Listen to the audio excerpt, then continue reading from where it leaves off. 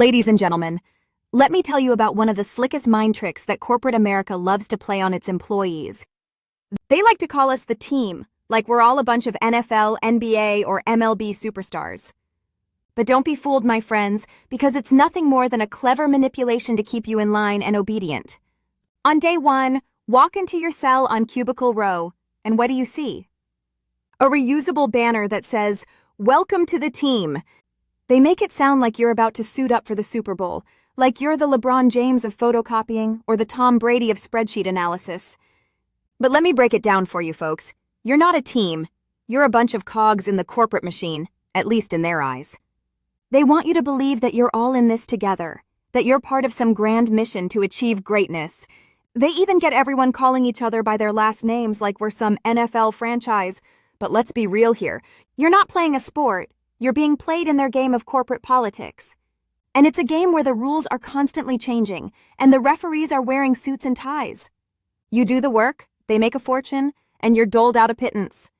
They dangle that team carrot in front of you, and what does it do?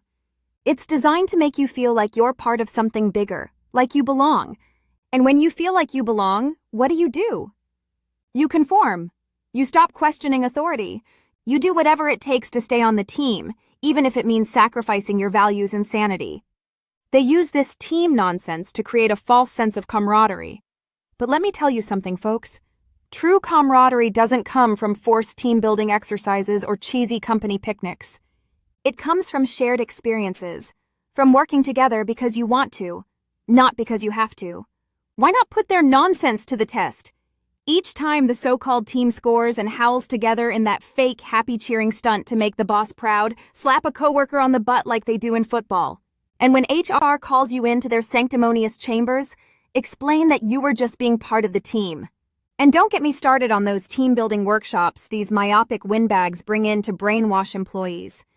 They contract with some so-called motivational speaker who tells you to believe in yourself, trust your so-called colleagues, and open up about your deepest fears. Well, let me tell you, if I'm going to open up about my fears, it's not going to be in a room full of backstabbers who can use that information against me in my next performance review.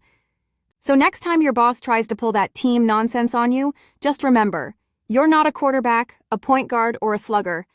You're a human being with your own thoughts, dreams, and aspirations. Don't let them use the word team to manipulate you into blind obedience to the point you sacrifice everything worth living for so you can get a pat on the head and a scratch on the belly. Stand up for yourself, question authority, and remember, those people are nothing more than power-mad corporate tyrannical freaks playing mind games with you.